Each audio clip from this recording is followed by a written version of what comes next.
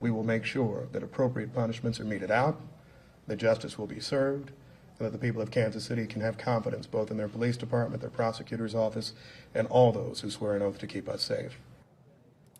That was Mayor Quinton Lucas during yesterday's press conference regarding the championship rally shooting that happened 1 week ago today. We are still following the latest here in the KCTV5 newsroom and bringing you all those updates. With that being said, I do want to take a look at this image here as far as what we know so far this morning, what we learned yesterday during that press conference with Mayor Quinton Lucas, as well as Police Chief Stacey Graves, and as well as Gene Peters Baker with the Johnson County Prosecutor's Office. So this is Lindell Mays. He is one of the men charged. He is 23 years old. The other man charged is Dominic Miller. He is 18 years old. Now, we are still waiting for the Jackson County Detention Center to release his image. And as soon as we get that image, we will be sure to let you all know on our website as well as on air. So be sure to stay tuned in for that. Now, as far as the charges they face several as of right now, including felony second-degree murder and Lisa Lopez Galvan's death. And while both men are charged with murder, the prosecutor believes that Miller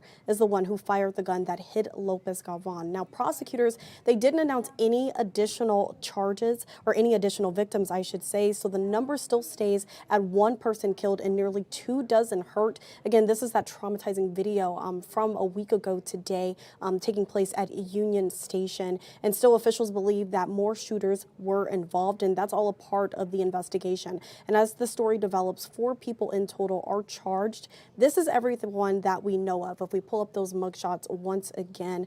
But the teens, we do know that Mays and Miller, along with 2 teenagers, could be facing charges. Prosecutors have not confirmed the names of the 2 juveniles in custody just yet, but we do know that they are facing gun violence and resisting arrest charges. So you can always head to our website, kctv5.com, for the latest. We do have a web story put up, but again, there's that mugshot of Lindell Mays, who we know is for sure 23 years old, and Dominic Miller. We are still waiting to get his mugshot, and we know as of right now, he is 18 years old, but we do not know as far as what he looks like just yet. But like I mentioned, we will put that up on air as well as on our website when the Jackson County Detention Center releases his image. But this is not the first time that Lindell Mays has been in trouble. KCTV5's Betsy Webster, she actually spoke to his uncle yesterday, and she has that story as far as what he believes. Mays's uncle is upset. In his words, the gunfire was, quote, uncalled for on both sides. Less than 2 weeks before this, Mays was released from probation stemming from an incident that his uncle said involved a gun.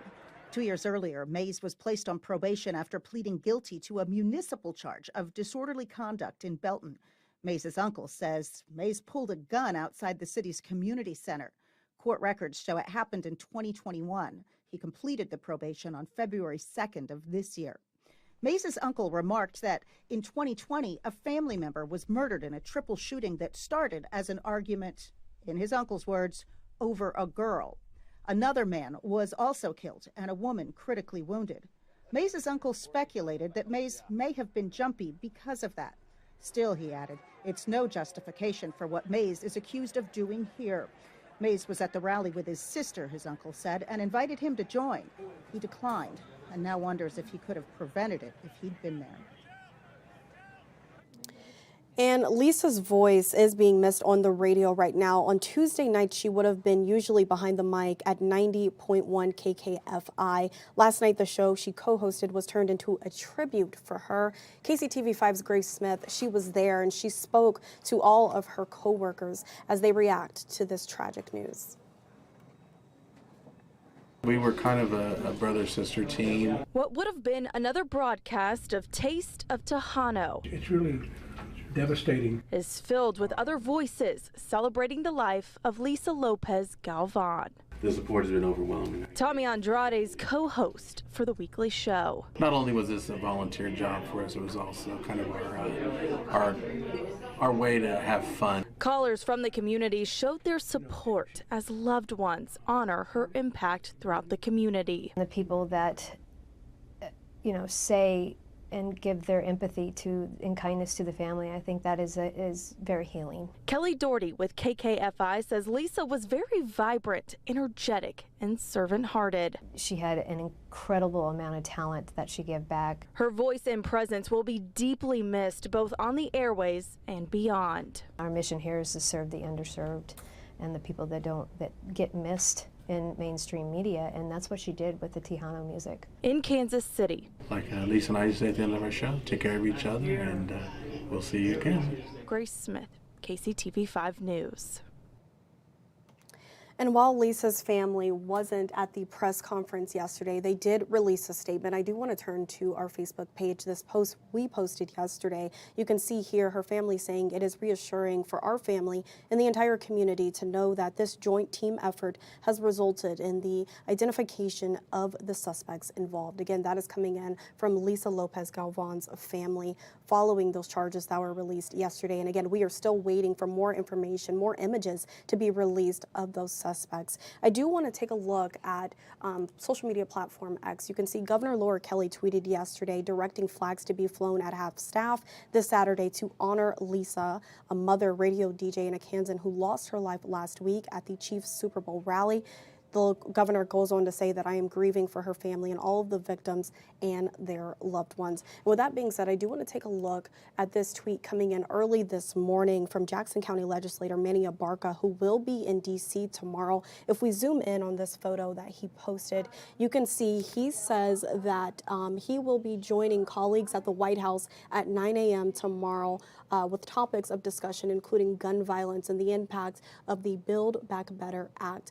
And he also goes on to say that I look forward to meet with the administration to not only share Lisa's story, but to also raise attention towards the need for federal policies that provide safety for all Americans just wishing to enjoy movie theaters, grocery stores, church service, and celebratory parades. The time is now for common sense gun reform. Again, that is coming in from Jackson County legislator Manny Abarca, who will be meeting with White House officials tomorrow regarding gun violence. So we will be sure to keep you all posted on that and keeping you posted on everything that has gone down so far. I do want to direct you to our website, kctv5.com.